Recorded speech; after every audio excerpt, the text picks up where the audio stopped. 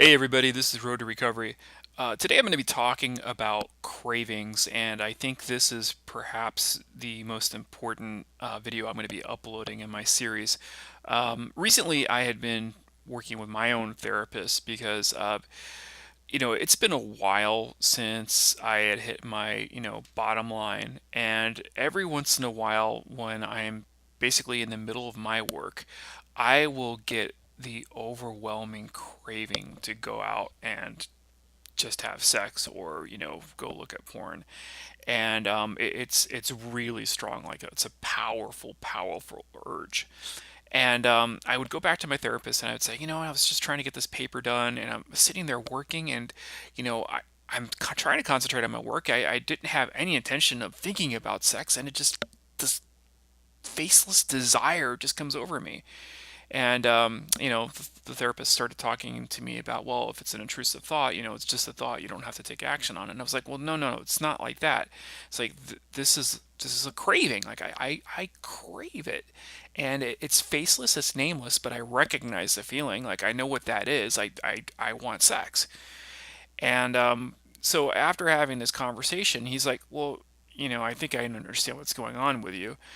This is the habit cycle. You are actually falling into that habit cycle, and this craving is a direct result from your addiction. So once I started putting this together, I recognized that the intrusiveness of this craving isn't something you can take, like cognitive behavior therapy, and necessarily apply it like you would with an intrusive thought, right? So if you had an intrusive thought, let's just say, oh man, it'd be really nice to like look at a girl in yoga pants right now, right?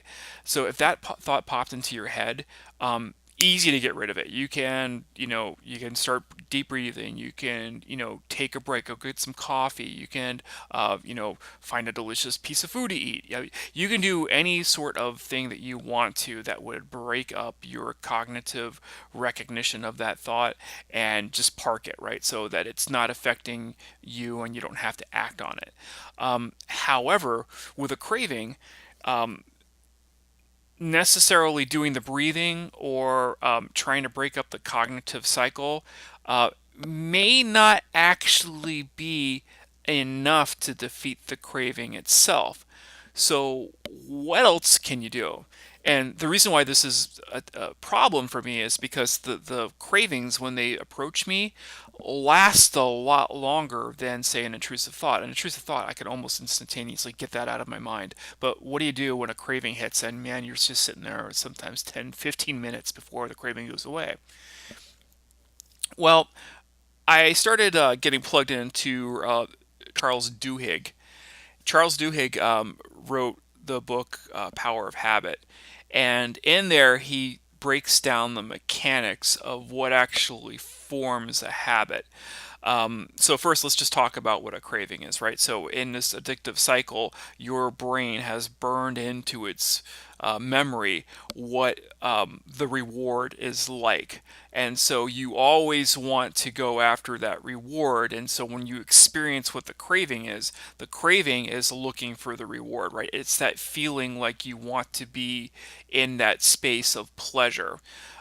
So you have built in the feelings, the emotions that are resulting of that high. And then when you get triggered, which is the second key word here, when you get triggered by something in your environment, right, then all of a sudden your brain cues into that, into those set of emotions, and then bam, you're craving, right? All right, so let's back up for a second and I'll explain what was happening with me. I'm sitting down in my basement and I've got my computer out, laptop's full blown. I have nothing to do at all with sexuality going on. It is literally the most boring stuff you could possibly imagine. So I'm sitting there typing away, putting my brain to good use, and then all of a sudden I'm overwhelmed with a craving. Well, what environment am I in? So let's step back and take a thought about this. I'm in my basement. I'm alone. I'm in front of my laptop. Now, when I was masturbating to porn, where do you think I was? That's right. I was usually alone.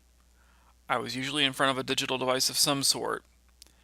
Chances are I was in a basement, and all, not always, but all the pieces of the puzzle lined up to where this is the environment I would go to have sex, right?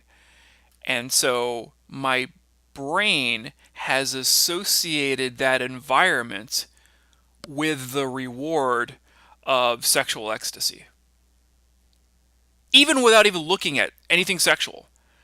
And so when I find myself in that environment, um, on occasion, I will get the craving. And here's the crazy part. If I'm out running up a hill, do you think I'm thinking about sex? No.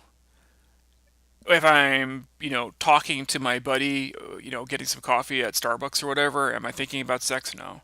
Unless maybe I see a sexy woman, right? Which is always a possibility. But in general, I'm not experiencing the craving, which is a very important distinction.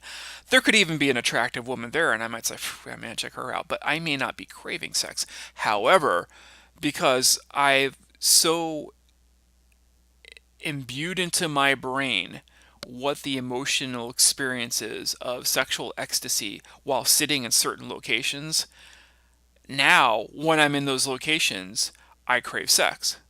Makes sense, right? I mean, it makes so much sense.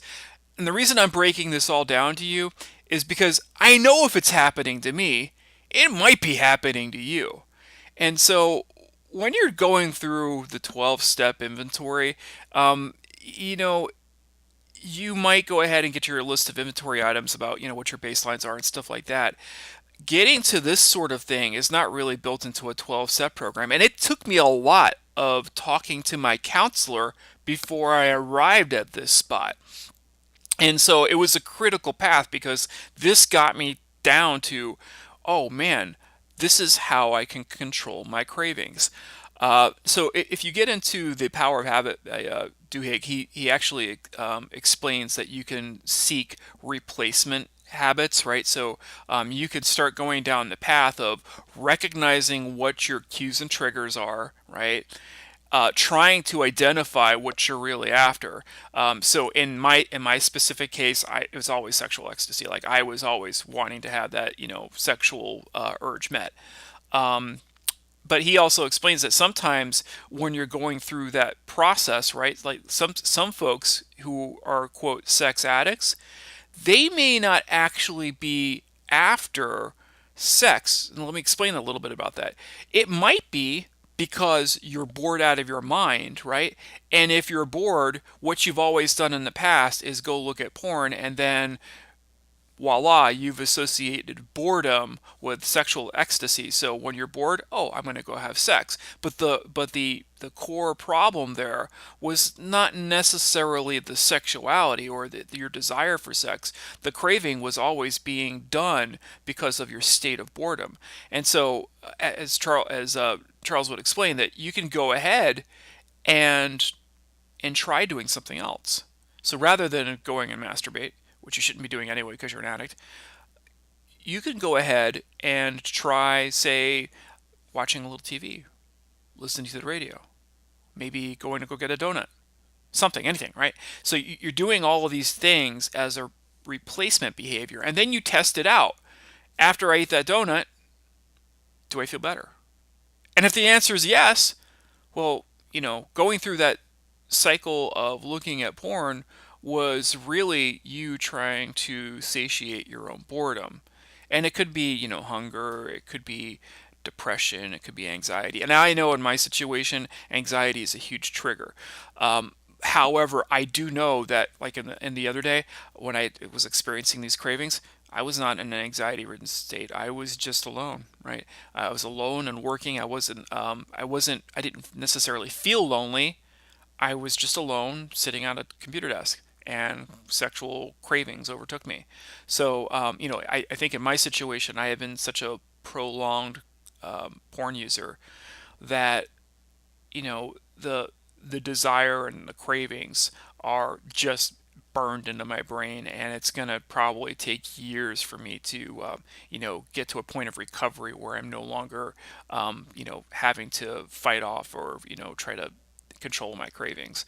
But anyway, it's there. What are you gonna do about it? So I think the proactive answer for all of us that are falling inside of that pornography addiction cycle is to sort of identify what our cues are, what the actual habit is,